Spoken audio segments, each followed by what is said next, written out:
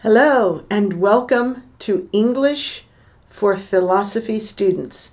We are in lesson number 21 of our reading of Jordan Peterson's 12 Rules for Life, and this is our 8th lesson in rule number 4.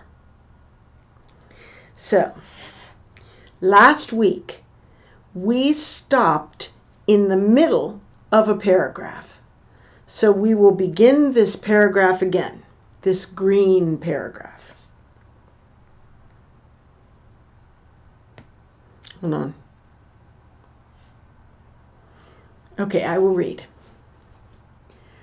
Called upon properly, the internal critic will suggest something to set in order, which you could set in order, which you would set in order, voluntarily, without resentment, even with pleasure. Ask yourself, is there one thing that exists in disarray in your life or your situation that you could and would set straight? Could you and would you fix that one thing that announces itself humbly in need of repair? Could you do it now? Imagine that you are someone with whom you must negotiate.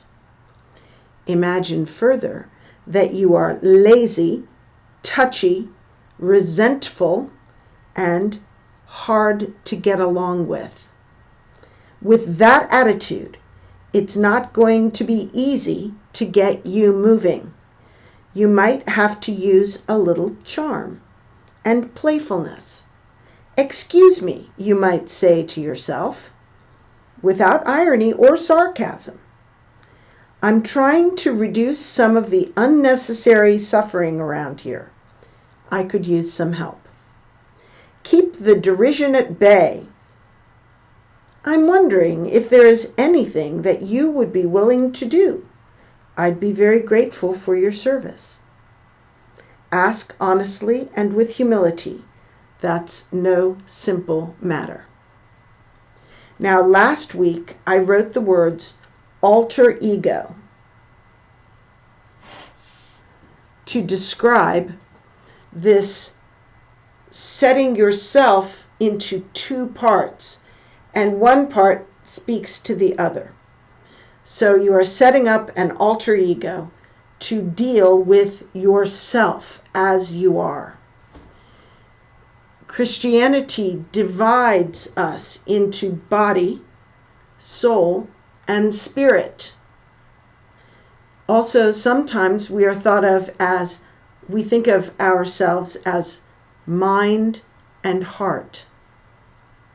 So really, it is the best part of you that is addressing the worst part of you.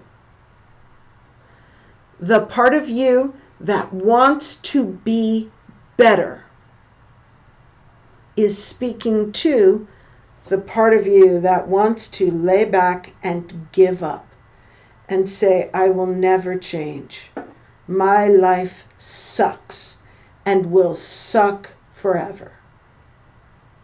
So the better part of you speaks to the worst part of you. And the better part of you says, excuse me, I'm trying to reduce some of the unnecessary suffering around here. I could use some help. Now, it says you may have to use a little charm and playfulness, because the bad part of you that you are speaking to is lazy, doesn't like working, touchy, easily offended, resentful, believes she has been victimized and it's other people's fault. This is the meaning of these words. And hard to get along with. Hard to get along with. A difficult person. The bad part of you is what we call prickly. Prickly. I'll write it up here. If I can. Well, maybe I can't. Sorry, my pencil isn't working. Hold on. I'm in eraser mode. There we go.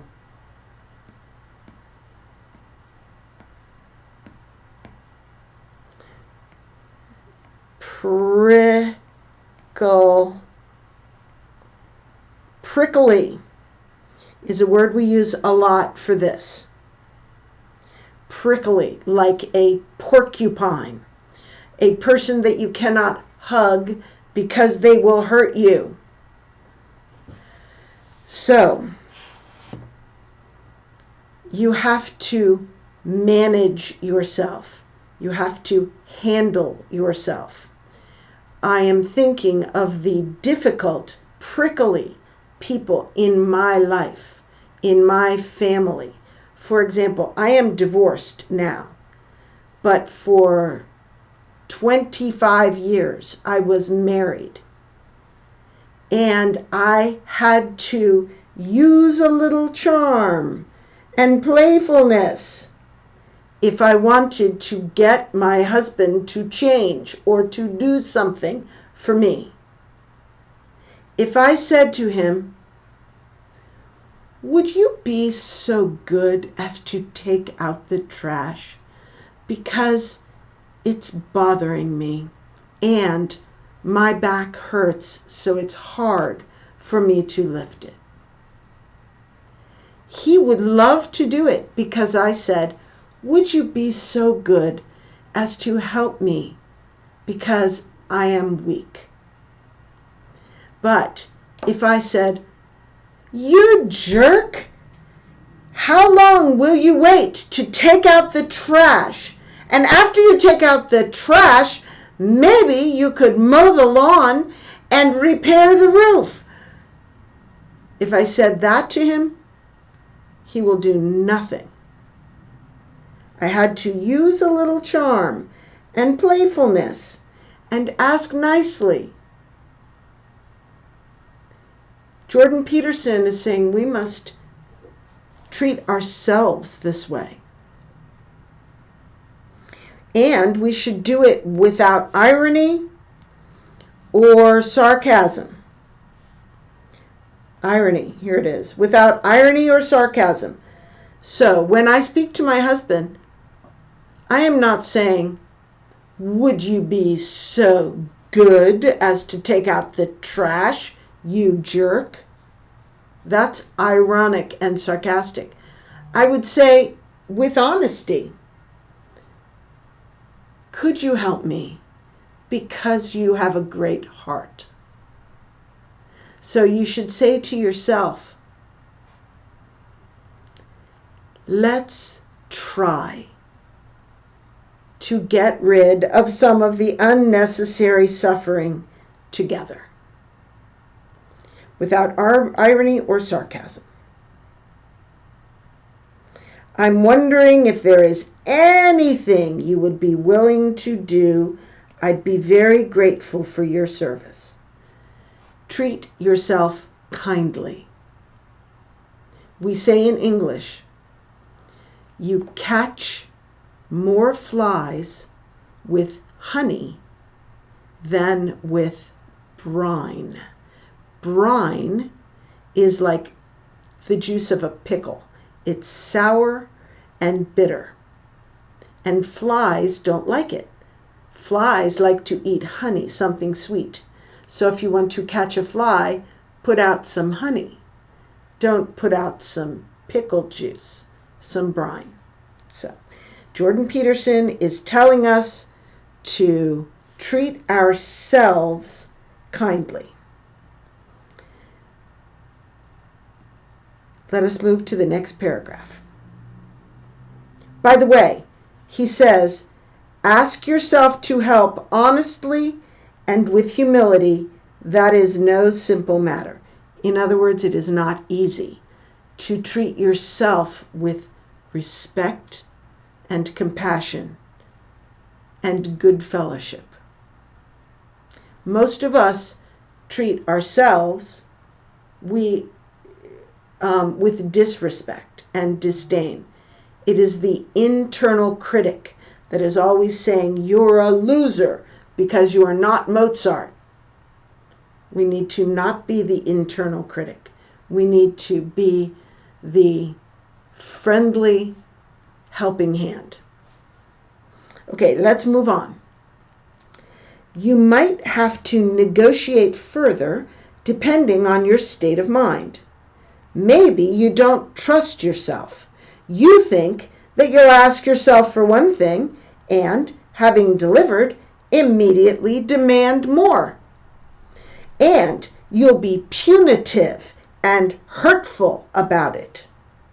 And you'll denigrate what was already offered. Who wants to work for a tyrant like that? Not you. That's why you don't do, That's why you don't do what you want yourself to do. You're a bad employee, but a worse boss. Maybe you need to say to yourself, okay, I know we haven't gotten along very well in the past. I'm sorry about that. I'm trying to improve. I'll probably make some more mistakes along the way, but I'll try to listen if you object. I'll try to learn. I noticed just now, today, that you weren't really jumping at the opportunity to help when I asked. Is there something I could offer in return for your cooperation? Maybe if you did the dishes, we could go for coffee. You like espresso. How about an espresso? Maybe a double shot. Is there something else you want? Then you could listen.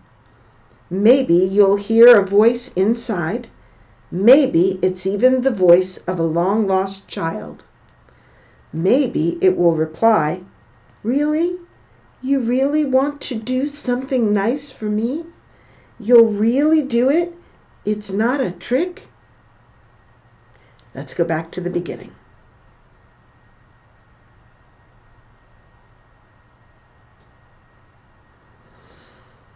Okay. You might have to negotiate further. Further shows you your transition from paragraph to paragraph. In order to keep the thread of the argument, you must always identify the transitions. So, let us look at the previous paragraph. You are saying, excuse me, I'm trying to reduce some of the unnecessary suffering around here, and I could use some help. I am wondering if there is anything you would be willing to do. I would be very grateful for your service. But you may have to negotiate further. So even if you say, is there anything you would like to do? That may not be enough to move yourself to action. You might have to sweeten the deal. Sweeten the deal. What that means is offer rewards. It's not good enough to say, look, we can work together to make less suffering for ourselves. That seems like a good deal to me, but maybe you will have to negotiate further. Maybe you will have to sweeten the deal. And why? Well, it will depend on your state of mind. Okay. Depending on your state of mind, you might have to sweeten the deal. You might have to negotiate further. Depending on your state of mind. If your state of mind is positive, yes, I want to work. I want to make less suffering for myself. Then you don't have to negotiate further because you're ready to go. But if your state of mind is, oh no, I am not going to even try because I know that if I try, I will fail and my internal critic will attack me terribly. It's better not to try. If that's your state of mind, then you will have to sweeten the deal. You will have to negotiate further. So maybe you don't trust yourself. You think that you'll ask yourself for one thing and having delivered, immediately demand more. And you'll be punitive and hurtful about it. This is what that looks like. I say to myself, you want to be skinny, so you need to go on a diet. All you have to do is cut out sugar and you will lose weight. So that seems like a small thing. But then, actually, the truth is, this happened to me today. I was reading this and I thought to myself, what one thing would I like to change? And it was, I would like to lose weight. So I said to myself, it's easy. All you have to do is cut out sugar.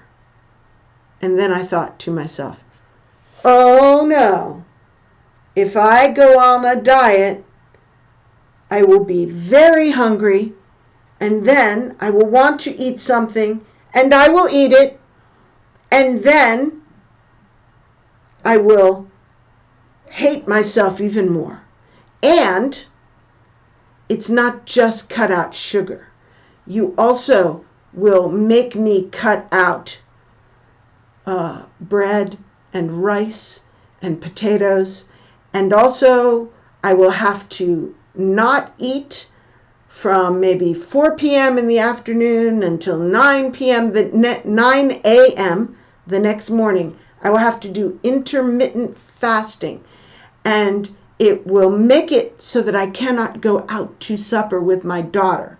I will have to be socially isolated and not allowed to take part in celebrations like birthday parties with cake or special dinners with Olavo. He invites us out to a fancy restaurant, but no, I'm on a diet.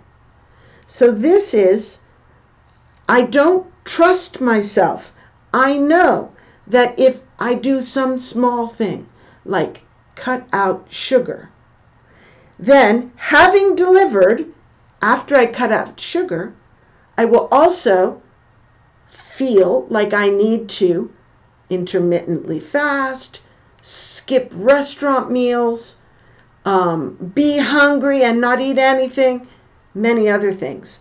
And I will be punitive and hurtful to myself about it. I will say, you can't even do this, you lazy fat slob, you undisciplined sinner, you gluttonous piece of dirt, whatever. I will be punitive and hurtful. So, because I have done this to myself in the past, instead of doing some small thing to improve myself, I immediately go to the kitchen and eat something that's bad. That happened today. 2 hours ago. And while I was preparing the bad food, I was arguing with myself. I was saying, what are you doing? You're going to eat something bad. It will make you sick. It will make you slow. It will make you foggy. It will make you fat. Why are you doing this? Meanwhile, I was just doing it. The bad part of me was in control because it didn't trust the good part of me. It was exactly what Jordan Peterson is talking about. When I ask too much of myself and I am punitive and hurtful about it,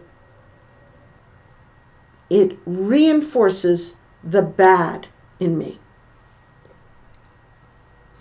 And you'll denigrate what was already offered. So you say, just because you ate a healthy breakfast, everybody else eats a healthy breakfast every day. You eat a healthy breakfast one day and you think you deserve to eat nice stuff. That is denigrating the good thing I did today instead of celebrating it. Who wants to work for a tyrant like that? Who is the tyrant? Me, trying to change myself. Who wants to work for a tyrant like that? Not me. That's why you don't do, That's why you don't do what you want yourself to do. You're a bad employee, but a worse boss.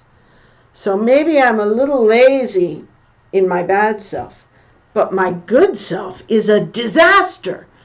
My good self is making my bad self worse by being punitive and hurtful and disrespectful to myself. This is what we also call negative self-talk. Hold on. See if this keeps happening. Negative self-talk. That's talking to yourself negatively and putting yourself down. Okay, so maybe you need to say to yourself, and remember, this is further negotiation, depending on your state of mind. Depending on your state of mind, you may have to negotiate further. That was the thesis statement and the transition. So, maybe you will have to say to yourself, okay, I know we haven't gotten along very well in the past. To get along is a phrasal verb that means relate positively, intrapersonally. So if I get along with you, we like each other, we do not scream at each other, we do not fight, we do not push each other's buttons. That means annoy one another. Okay, we get along. So you're going to say to yourself, okay, I know we haven't gotten along very well in the past.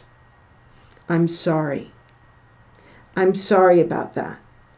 I'm trying to improve. So this is humble. We also say, cut yourself some slack. Cut yourself some slack, meaning give yourself room to fail and to try again, to improve. Cut yourself some slack. Well, this is cutting yourself some slack. You're saying, I'm sorry, I'm trying to improve. I'll probably make some more mistakes along the way. But, okay, so remember our but means something different is coming. So, I will make mistakes. I will be bad. I will be a tyrant. But I will do something good. I will try to listen if you object. So I am going to do something bad, but I will also do something good. I will listen when you object. Okay, I'll try to do better. I'll try to learn. I noticed just now, today, that you weren't really jumping at the opportunity to help when I asked. Okay, so this is when I noticed that I wasn't jumping at the opportunity to go on a diet.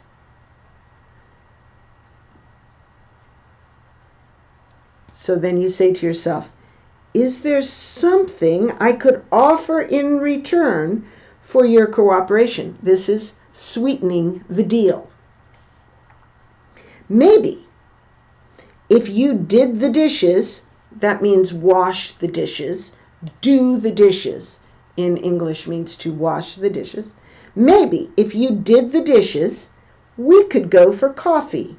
So this is a reward for a person who is procrastinating, putting off, delaying, cleaning the dishes. There are many people who don't wash the dishes until it is a terrible, oppressive mess with bugs crawling out. That's a bad thing. You should do the dishes regularly, frequently. So maybe if you did the dishes, we could go for coffee. So it is a small thing for a small reward. You like espresso. This is a treat. How about an espresso? Maybe even a double shot. So this person considers a double shot an indulgence, a special treat. So do the dishes and then reward yourself. Or, is there something else you want? See, for me, an espresso as a reward would not be good for a diet. I would need something non-food, probably.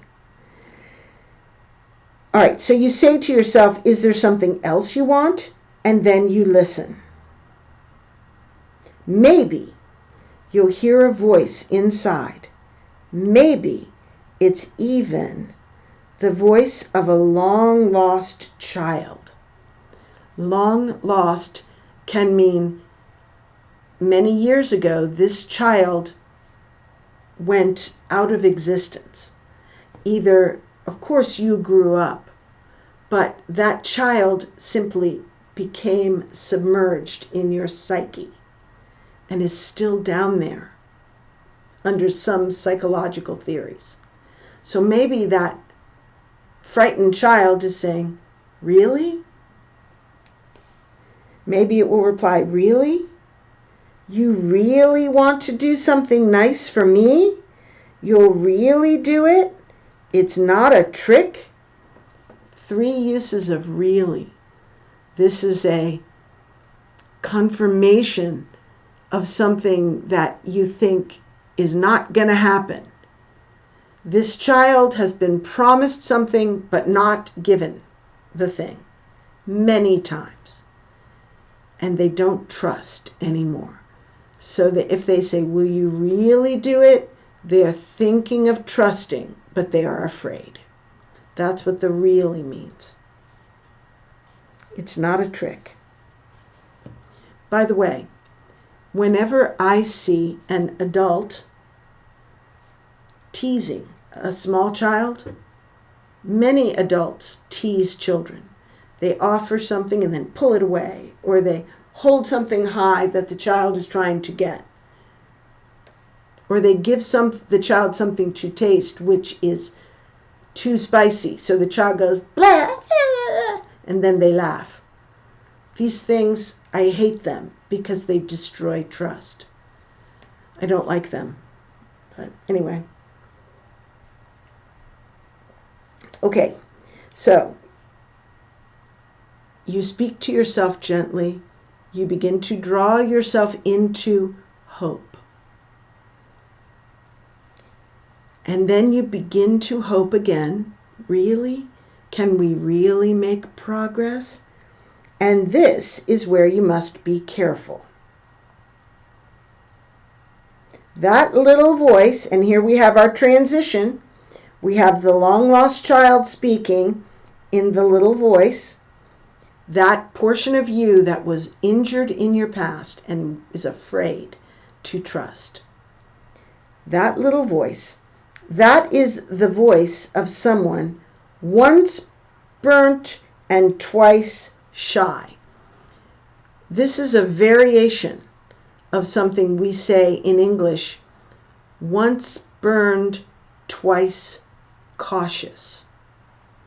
What it means is, if you touch something like a stove and it's hot and you burn yourself, for the rest of your life you will be careful before you touch a stove.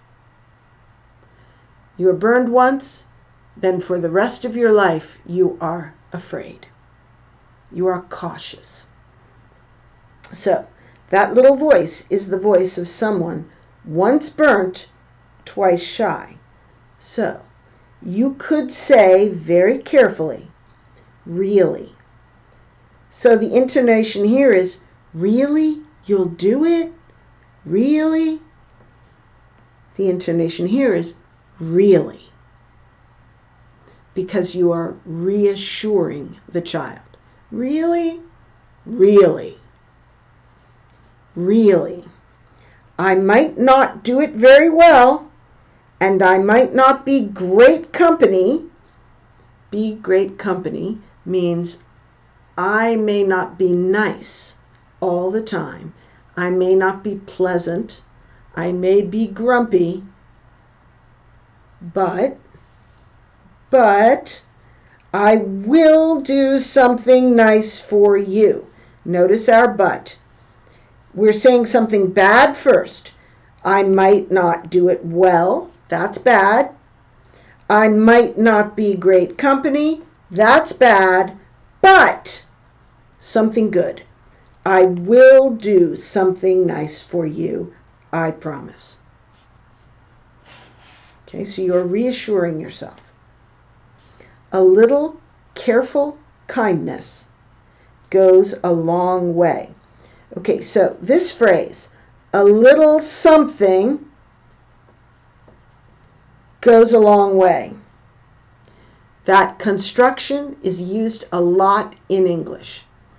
A little kindness goes a long way, meaning if you are kind a little bit, you will reap a great benefit in the relationship.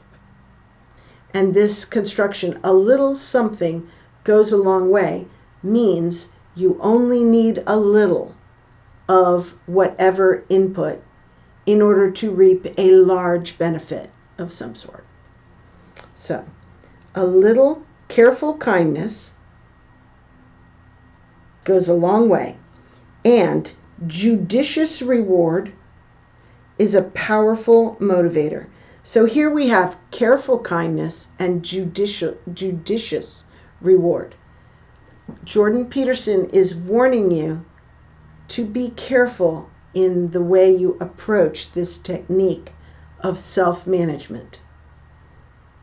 You must be honest and kind with yourself, not just flattering and overly kind, but carefully kind and carefully reward yourself. Do not say, if you do the dishes, you can buy a boat for $100,000. That would be injudicious. You must match small action, small reward. And if you do it that way, it will be a powerful motivator. We are trying to motivate ourselves to change. Then, you could take that small bit of yourself by the hand. So the small bit of yourself is the little long lost child, the little voice, the part of yourself that was hurt before and is afraid to try. You are taking that person by the hand, kindly, and do the damn dishes. So you do the small task. We say in English, just do it. Just do it. Do the damn dishes. He uses the word damn just to show this is such a small thing. We are giving a lot of attention to a small thing. Just do it. Do the damn dishes. By the way, in polite society with ladies present, you must not use the word damn freely. It is a little bit daring for Jordan Peterson to use the word damn in print. It is still considered profane.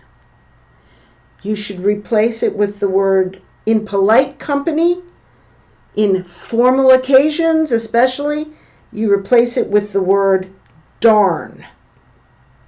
D-A-R-N. That A won't make it. I don't know why I can't get my A. But that's an A. Darn. Do the darn dishes. If you are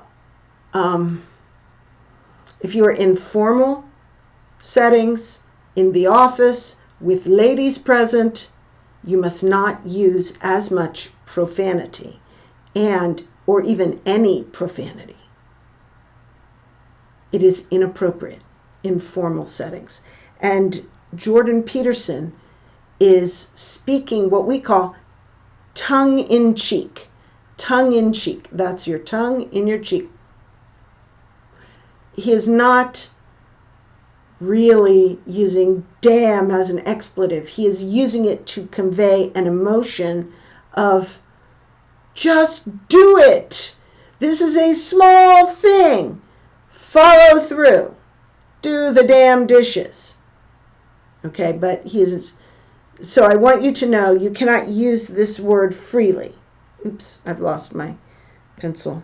You cannot use the word damn freely. You must use it sparingly and only for specific reasons, and not at all unless you are sure that it is appropriate. Jordan Peterson is taking literary license here by using it in this context, and only to make a strong point, to convey a strong emotion.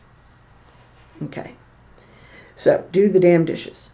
By the way, I do not say the word damn freely. There would be times when even reading this, I might be tempted to substitute the word darn, because ladies don't really speak profanity. And if you are a female student listening, I want to tell you, you should not use profanity, bad words, damn. I can't even speak the words you shouldn't use, because I am inhibited by culture. And you must learn that culture too if you want to be in higher society. So, especially females, if you swear like a sailor, you are communicating that you are low class. And intelligent people will not take you seriously. For females especially. And then, I'm reading on. I've lost my pencil again. And then, you better not go clean the bathroom and forget about the coffee or the movie or the beer, or it will be even harder to call those forgotten parts of yourself forth from the nooks and crannies of the underworld. Okay, so this whole paragraph, in fact, 2 paragraphs, is about gentle self-talk, respectful self-talk. It is about managing yourself with gentleness and respect in order to draw yourself into hope and action. But in the past, it is likely that you were the internal critic who would say that whatever was offered wasn't good enough and demand more and more. So if you're trying to say, let's do the dishes, as soon as the dishes are done, do not go clean the bathroom, because then you'll say to yourself tomorrow, I don't mind doing the dishes, but yesterday I cleaned the bathroom and I did the dishes and I never even took a coffee break. I never rewarded myself. Forget it. I'm going to just drink coffee now and not do the dishes. So, don't go on and demand too much of yourself. Just do the small thing and give yourself the small reward. The small reward might be coffee or a movie or a beer. If you do not give yourself the small reward for the small action, then it will be even harder to call those forgotten parts of yourself forth. It will be harder to get that little child, this long-lost child, to trust. It will be even harder. The long-lost child will be sure that when he said, will you really do something nice? Will you really do it? And you said, really, I will, that you were a damn liar. I'm using that word. And you will not be able to manage yourself next time. So, you will not be able to call forth that little person out of the nooks and crannies of the underworld, meaning the depths of your psyche. You might ask yourself, what could I say to someone else? All right, hold on. Oops, that wasn't right. What could I say to someone else?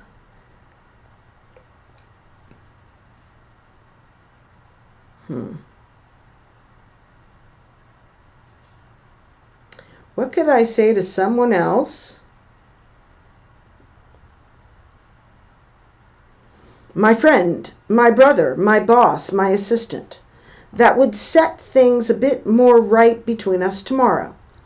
Okay, so we are in a new paragraph now. Now we are no longer talking about how to get ourselves to do something. We are now talking about it's not doing the dishes, it's setting something that is outside of ourselves right. So we're setting things right, beginning with doing the dishes or cleaning the bathroom or something inside myself. Now we are moving to the next level. What could I say to my brother or my boss? Or, wow, I've lost it. My brother or my boss or my assistant that would set things a bit more right between us tomorrow. So how can I improve my relationships? What bit of chaos might I eradicate at home, on my desk, in my kitchen, tonight, so that the stage could be set for a better play? Okay? So we're saying to ourselves, what bit of chaos can I fix? Maybe every morning I wake up late and the dishes aren't done and I don't have time for breakfast and I am late for work and I get in trouble with my boss. Maybe I should set my time, my alarm clock, for half an hour earlier for tomorrow. Just change my alarm clock, just that one thing. And that would set the stage for a better play. So create the conditions for success. All I have to do is change my alarm clock tonight, and tomorrow I'll be earlier. What snakes might I banish from my closet and my mind? just a metaphor for what small thing can I fix tonight that will make tomorrow better. 500 small decisions, 500 teeny actions compose your day, today and every day. So every day we are making choices all day long, maybe 500 choices every day. Could you aim one or two of these at a better result? Just one or two of 500 decisions that you would change? Better in your own private opinion, by your own individual standards. So it's not because your mother says it's better to pick up your clothes from the floor. It's that you yourself say, if I pick up my clothes and shake them out and put them over the chair, they will not be as wrinkly tomorrow and they will look better on me. It's you. What you say is good for you, is better for you, not what your demanding, perfectionistic father or mother would say. In your own private opinion, could you compare your specific personal tomorrow with your specific personal yesterday? Could you use your own judgment? This is emphasizing over and over, not this perfectionistic, hateful voice that tells you you're terrible because you're not Mozart. Not that. Your own desires, your own taste, your own preference. Use your own judgment and ask yourself what that better tomorrow might be. Aim small. You don't want to shoulder too much to begin with. To begin with means at first. You always want to start very small. Given your limited talents, tendency to deceive, burden of resentment, and ability to shirk responsibility. So, this given introduces a description of the situation now. Given this situation, you should do this. That is a common construction. You can put the given this situation at the beginning of the sentence or at the end of the sentence. It always combines, given a situation, you should do this. Given the fact that you are 100 pounds overweight, you should walk, not run, for exercise. Given the fact that you are nursing a baby, you should not diet too strictly. So, given your limited talents, meaning you're not very talented, and by the way, this is tongue-in-cheek, it's a little bit ironic. He is being playful when he says your limited talents, low talents, tendency to deceive, burden of resentment, and ability to shirk responsibility. All of this was stated 3 paragraphs ago as why you are hard to work with. So given that, you must start small. Thus, you set the following goal. By the end of the day, I want things in my life to be a teeny bit better than they were this morning. And then you ask yourself, what could I do? That I would do, that I would accomplish, that would accomplish that, So, you say to yourself, what could I do that I would do? So I could say, I could go on a diet, but I wouldn't. So I need to think of something I could do and would do. I could decide not to eat any more tonight. And I would do that because I've already eaten a lot today. So what could you do that you would do that would accomplish that? Okay, so not eating any more tonight would accomplish making today a little bit better at the end than it was earlier when I was eating bad stuff. So that's a good thing. Okay, what could I do that I would do that would accomplish that teeny bit better? And what small thing would I like as a reward? Rewards are harder for me. I can't think of anything. But I have to work on that. Then, do what you have decided to do, even if you do it badly. If you do it badly, oh well, forgive yourself. And then, you give yourself that damn coffee in triumph. So, I need to think of a small reward. Maybe you feel a bit stupid about it, but you do it anyway. So giving yourself the coffee will feel awkward. But do it anyway, he is saying. And you do the same thing tomorrow and the next day and the next. So he's saying every day think of one small thing that will make your day better at the end than it was at the beginning. I could say, I'm going to wipe out the sink in the bathroom. I can't really think of rewards. It's hard for me to think of rewards.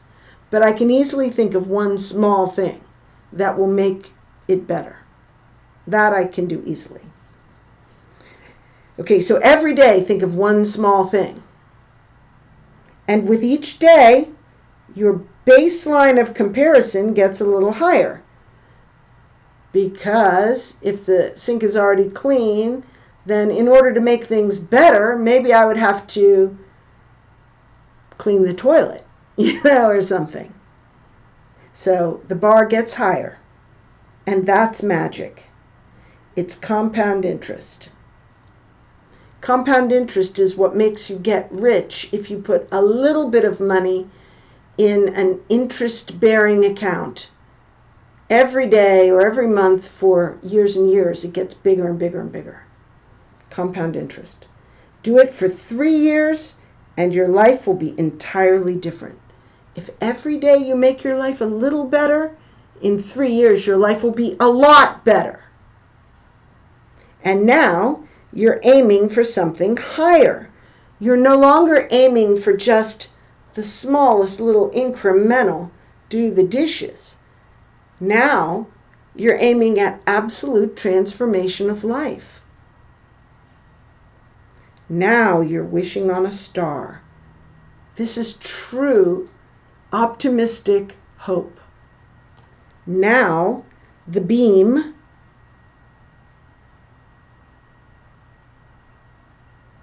is disappearing from your eye and you're learning to see. This is a biblical illusion. Jesus once said, why should you try to tell your brother that he has a speck in his eye when you have a great log in your own eye? You hypocrite, take the log out of your eye and then you can see clearly to clear the speck out of your brother's eye. So maybe right now you're sitting there saying, the world sucks, the government sucks, my parents, they didn't raise me well, and my life sucks because of all those stupid bad people. That's like having a log in your own eye and trying to correct the other people. But once you've changed your whole life, you will be able to see clearly to know what needs to be done. You're learning to see. And what you aim at determines what you see. That's worth repeating. What you aim at determines what you see. So if you're aiming high, you're going to see higher goals. If you're aiming just at the dishes, well, then tomorrow maybe you'll see the dishes. But if you're aiming at total life transformation by means of a strategy of small steps, you're really going to start seeing total life transformation. So that's it for today. Come back next week and we will continue. See you later.